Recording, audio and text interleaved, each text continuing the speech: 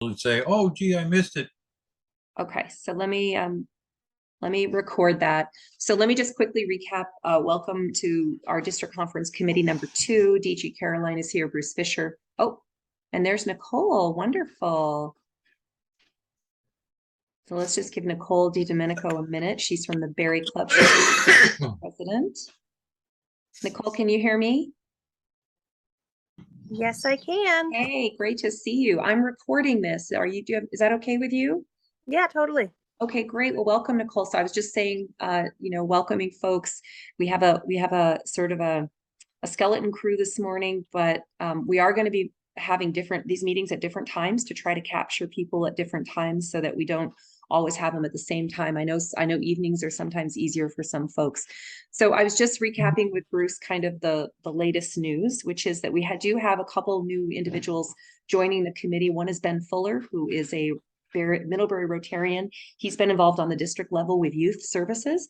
And so he's going to be helping us integrate youth and Rotarians so that we don't have dual tracks. We have us all integrated at the same time at the conference, which we think will be much more beneficial to all. The second piece is Kellyanne Delorier, who's a member of the Newport Rotary Club and is an assistant district governor. She's agreed to join the committee as well. So we're excited about that, to have her there. She wasn't able to make it this morning, but we're excited about that. Michael Carrier is also a member of the committee. He's not here this morning. Either is Wendy Franklin, which is a little that surprises me because I know that 7 a.m. meetings were ones that worked for her. So part of, I think the challenge was I sent out this on September 11th, but I didn't send a reminder. So I sent one this morning first thing, but I'll try to remember to send reminders. That's always a challenge given the number of Zoom meetings that I hold, to remember to send reminders to people. So I'll give it a shot next time. Hopefully we can do better. I can do better at that. So where we are right now, and just so you know, Nicole, we're ending at 7:30 today. I've got to move on to other things, so it's going to be a pretty short, sweet meeting. Looking forward to the site visit. Nicole, I wasn't sure. I couldn't remember if you're able to join us for the site visit or not. Whoops, I can't hear you. Sorry. Sorry, which day was it again? I think I'm away at a wedding. Yeah, let me, Bruce, do you have that date off the top of your head? I'm looking at my calendar right now. I want to say the 6th.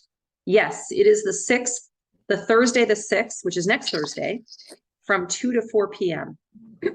at JP. Unfortunately, that's not when I'm at the wedding. I leave the next day, but that's a full work day for me, so I can't get out.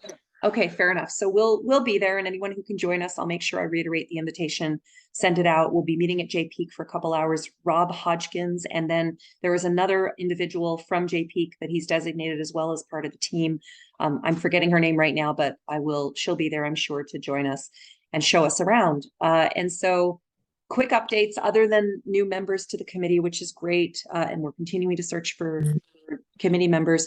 New updates is that I did reach back to Richard Fox to see if he had any price points for a proposal or a signed contract related to food, specifically with respect to his conference that was planned to be at JP and then was canceled because of our first introduction to COVID.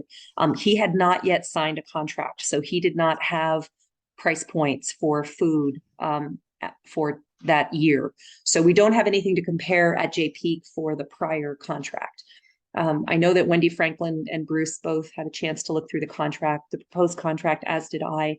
The total, this is excluding rooms, of course, because those are up to the individual attendees, but the total cost of the conference for food and rooms and facilities, et cetera, was about $64,000.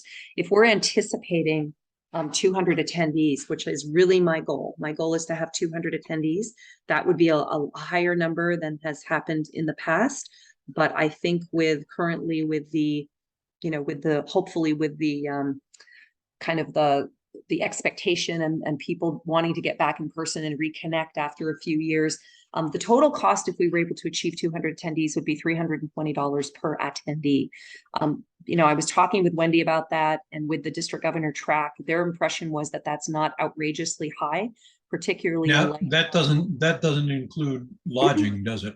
It does not include lodging. This is the food and the facilities. So see, I think if you were at 320 including lodging, you'd get a good count. I think at 320 and then you got to pay for lodging, I think you're starting to price people right out of the whole Yeah, conference. with the cost of that may be the case. We'll have to see with the cost of hospitality and how that has gone up the last few years. I'm just not sure if that's going to be possible, but we'll have to, we'll have to see what we can do. And obviously we'll be talking to Rob and his his team will be. Wendy is somebody who plans a lot of events. She actually has an event this weekend at J Peak, so she's familiar with the hospitality industry. Bruce, I know you've had experience with that as well. But everything that I've heard from Northeast Pets, the Northeast Presidents-elect team that's putting the conference in place this year, is that the cost of everything has just gone up astronomically. So we're just in a different universe than we were previously. And I think to some extent, Bruce, in response to your very practical and appropriate point, I think people are expecting that things cost more to some extent because of the climate we're in. People understand that. So we'll just have to figure that out. Yep. Okay. I just wanted to ask, my battery, unfortunately, my phone is about to die, and I only caught this meeting because I saw the email that you put out early this morning, so thank you for that. But I just wanted to say that our Rotaract team would love to attend. I would love to attend. Unfortunately, it's on our graduation weekend at Norwich, and so I'd have to get, because it's an all hands on deck for all staff and faculty, I have to get special permission to be able to go, and especially to take a student or two. But our Rotaract president, Jenna, I think she would be a fantastic addition to the planning committee. And she's looking for a way to get involved more at the district level anyway.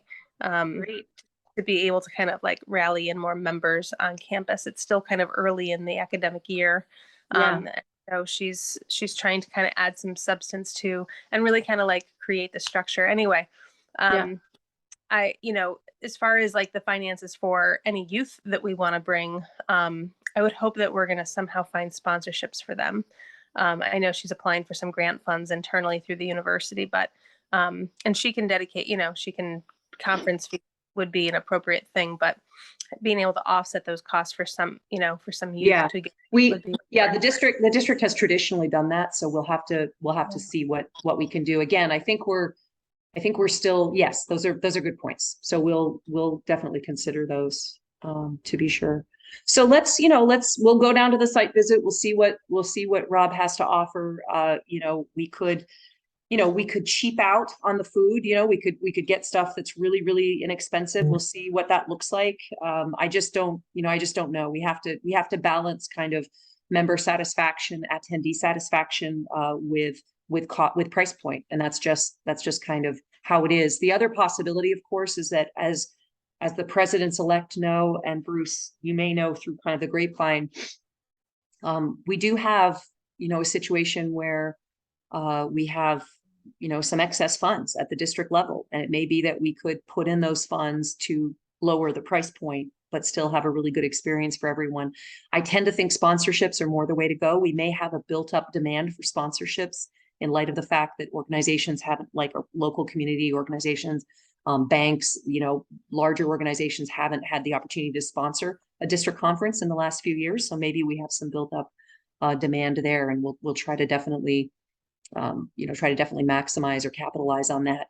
That's another example of a robust committee. It would be nice if we had someone who would take charge as our sponsorship lead. And I will talk with our district governor track and talk to our committee members about that. If there's anyone who has an idea about that, please email me separately and we'll. I can remember in conferences past, particularly the one, excuse me, that we used to have at Mount Washington. There used to be, probably 10 or 15 businesses that set up little booths throughout the conference, and you could talk to them and blah, blah, blah, and so forth. And they sponsored a lot of the meeting. So there's an idea, set up a vendor booth. Yeah, we do have vendor booths usually, and we can certainly explore that. That's a great point. So again, it'd be great if we could have someone who could take this on as their subcommittee. I'll look for somebody who can take that lead. And we'll try to see if we can get someone identified for that. So the other thing I wanted to do, I guess, so those are kind of the updates. What I wanted to do with the remainder of the time, and Nicole, I don't know if you had a chance to read the minutes, but you weren't at the last meeting, but we essentially decided we're not making this a training conference. We're making this a connection and celebration conference. Training is for other, from my perspective, this is, again, we haven't met for 3 years, and this is very much going to be a reconnection celebration kind of opportunity. Doesn't mean there aren't going to be educational opportunities there, but we're not looking at this as a training seminar or training meeting. So I just wanted to kind of brainstorm. What I wanted to do in the last 12 minutes or so is just have people shout out quick ideas about fun things to do during this conference. I think that would be, just, we want stuff that's not super intensive in terms of setup necessarily, but things that connect our Rotarians. And I'll start because I've given it some thought. Obviously, I had some lead time since I knew what I was going to ask. So here's some ideas that I came up with. A scavenger hunt. So a scavenger hunt that the sheet would be given to every single attendee, and they would have an opportunity to participate. And it would be things like identify a Rotaractor among the conference attendees and have a conversation with them. Identify someone who has done an international project and ask them about that project.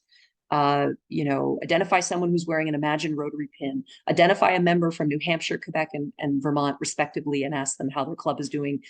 Just things like questions, ways in which we could encourage members to connect with other people at the conference, other Rotarians, Rotaractors, et cetera, who they wouldn't ordinarily or don't necessarily connect with, and try to get them talking. So that was one idea I had. Another idea I had was speed dating on Rotary topics. So set up booths with big topic banners like polio, international project, youth exchange, and have Rotarians zoom through those booths and get information as they go. So that was another idea that I had.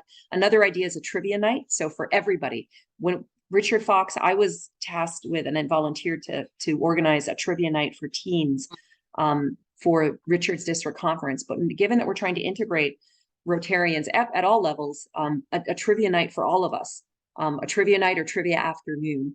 A committee fair is another idea. I'd love to have, I set out my participation survey, but clearly the lag time ended up diminishing individuals' sort of enthusiasm for those committees that they signed up for, because a lot of the folks who signed up and responded to the participation survey have not shown up on the committees themselves, despite efforts to get them to the committee meetings. So a committee fair where different committees, there's an opportunity for an hour or two to go around and look at the different district committees and sign up. And the benefit of that hopefully would be that, given that it's happening at the end of April, and given that Susan's term starts July 1st, hopefully she would have a more robust and engaged set of committees to start with for her district governor year. So a committee fair was another idea I had. I'd love to finally, and I'll turn it over to you folks. But finally, the concept of the House of Friendship, which is something that is done at the district conference level. I'm wondering if we could come up with a different name for it. And I found it to be rather lackluster in the past myself. I'm wondering if we could sort of revitalize it and try to maybe come up with a different type of framework for it, either a visual presentation or something a little bit different, and have that be sort of a more engaging opportunity for Rotarians, rather than just wander through, a hallway that has tables with varying levels of quality in terms of presentation. Not sure what that would look like or what it would be called, but I'm wondering if we could maybe, revitalize that a little bit and update it a little bit. So those were my kind of brainstorming thoughts. So just want to hear from you folks. What are your thoughts? I want to hear from the Rotaract clubs. Okay. I would love to see, a presentation from 2 or 3 different Rotaract clubs about why they are Rotaract clubs, what Rotary means to them, what they're doing, and how they're engaging with the community. I would love to see, like I said, 2 or 3 presentations for them. Those are the folks that we need to be pulling into Rotary membership as we go along. And I think if we get them engaged now, more than just having them kind of, as a satellite to our Rotary, I think we need to engage them big time now. Okay, good. Other ideas? Yeah, I have some ideas, but I'd want to flesh them out a little bit and then send them to you.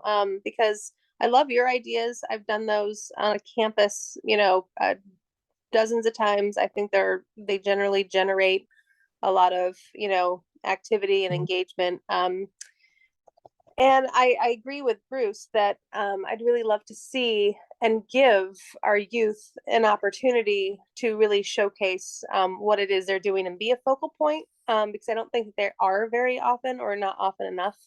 And we don't challenge them to kind of bring their game, so to speak, to really kind of highlight what they're doing and what they're passionate about. It's kind of high time we listen to them in terms of like what matters to them and ways in which we can be supporting them. I've heard the conversation be a lot like, how can our Rotary clubs support what our Rotary clubs are doing? And I really think that needs to turn around. There could be, whether it's Rise Against Hunger or something else, we could do some sort of service project that always, everyone always loves the Rise Against Hunger because it's kind of fun and they create a great environment for it. Of course, that's an additional cost, but they might owe us one from the snafu that. Yeah, no kidding. And I ended up talking to the manager when he came to campus when we did our Rise Against Hunger event this past late August. So maybe something could be worked out, but that's always fun and it's consistent with what we do. The House of Friendship idea, I do like it, and I think it would be just as fun to. I think it would be fun to do an offers and needs market, which is something that I'm looking forward to bringing to the club in early October, mid-October. And maybe once you experience that, Caroline, you can kind of see the potential of it, because it really is, it's great for a large group. I mean, it's really intended for a large group of people.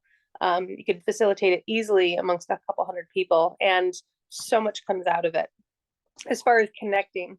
And so, and it's a real thing. It's offered, the facilitation is offered through the Post Growth Institute, which is this, at this point, world-renowned organization that's facilitating all sorts of community engagement.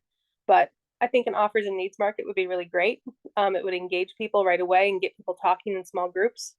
And so I'd like to be able to think about it a little bit longer and give some more thoughts, but maybe with the whole House of Friendship piece, there could be a passport system where, they talk to X number of tables, or like a bingo card, sort of format. And then they can enter to win a raffle prize if they have met with so many tables and learned so many things.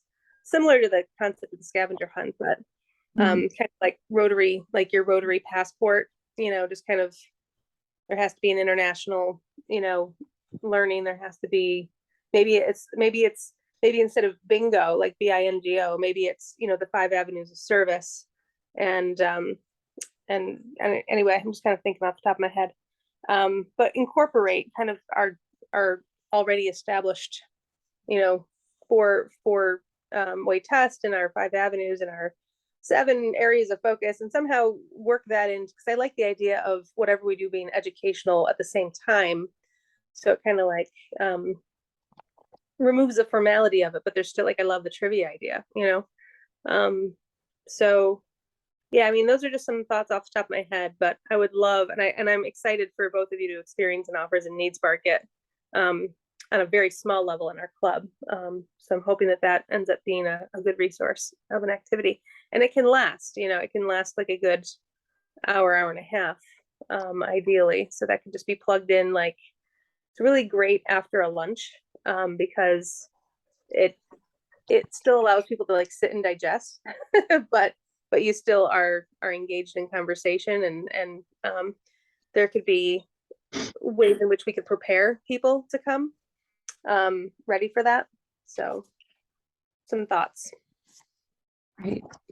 One thing, Nicole, that we had talked about as a committee and concluded would depend, of course, on the number of activities that we wanted to engage in during the conference, what our real agenda was, our schedule, was whether the conference will be in fact a full, a Friday to Sunday, or whether it'll be a 2-day. as opposed to, because a lot of conferences now are post-COVID are becoming much shorter. So that was a question we had. And of course, that would also reduce costs, Bruce, obviously, for food and facilities if we reduced it to 2. I did want to make sure Rob knew that we had still not decided on that. He's reserved the entire weekend, but I did tell him that we could ultimately decide to shorten to 2 days as opposed to 3. So that is just a heads up on that. As a practical matter, I'm not sure how that really works, because I can tell you that, my conference in Toronto ended at 3 p.m., which technically let, Rotary International off the hook for zone. But of course, I'm not driving back to Vermont from Toronto at 3 p.m. in the afternoon. So, there was another overnight involved anyways. So it's, you kind of wonder sometimes how beneficial is that, or do people end up just spending the extra money anyways? But those are just a heads up on that. Great. So those are all great ideas. And one thing I do know is that we want to get this the conference content pinned down by the end of the year, at least at a minimum. And I'm hoping sooner, so that we can promote this. One of the things I've observed of our district is that we are terrible at giving people early notice of events and promoting it. I've been speaking to districts, clubs as I get out there, and I've been speaking to our AGs about beginning to promote the district conference, and I'll send out a save the date email. But people often, save the date is one thing, but people really want to know what is it that's going to draw them there? What's going to make it worth their while to attend? And the sooner we can give them content so they feel engaged and like it'll be fun, the sooner we'll have people really, really showing up. So do you remember when we were at Jay and we did the curling competition? I wasn't at that. I don't know if I wasn't at that. I wasn't at that district conference. I think that was when Jay Palomino did it, but he did a curling event that was well attended. It was like curling and beer or something. But it was just something kind of silly, I think, after dinner time. That, where there were teams and who could register, and they could register on the spot. But something active like that too, I think would be really great. Where there's, or like square dancing. I'm thinking of you, Bruce. Like, just something that's a little bit different, as far as, rather than like the formal, I don't know. Yeah. Well, I know I'd heard reports that people love the curling. Unfortunately, they're not making that available anymore. Because of they reconfigured their rink or something, or it's too expensive to do the ice or something. But I love the square dancing idea. We could certainly do that after a dinner, Friday or Saturday night, have square dancing. I think that'd be fun. We have a caller. I mean, because anybody could really do it, unless there's significant accessibility issues. But where there wouldn't be, ballroom dancing sounds lovely, but it's kind of full of pomp and circumstance. But square dancing, like, let's have a good old fashioned hoedown. You know what I mean? Like, well, frankly, I mean, in Vermont, and I don't know if they do this in New Hampshire. I'm guessing they don't in Quebec. They could. Contra dancing is kind of the same thing. It's just like everybody dances with everybody, etc. All right. Well, I'm going to wrap it up just to keep to my time too. So thank you both for attending. I appreciate it. I will send out minutes to everyone, and I will also send a renewed request that people join us for the site visit. And we will report back on that, and I'll set up the next meeting. We're not doing a meeting in October because we're doing the site visit, I don't think, although now I'm thinking we maybe need a meeting in October. So I'll have to think about that. But the next meeting will be at 7 p.m.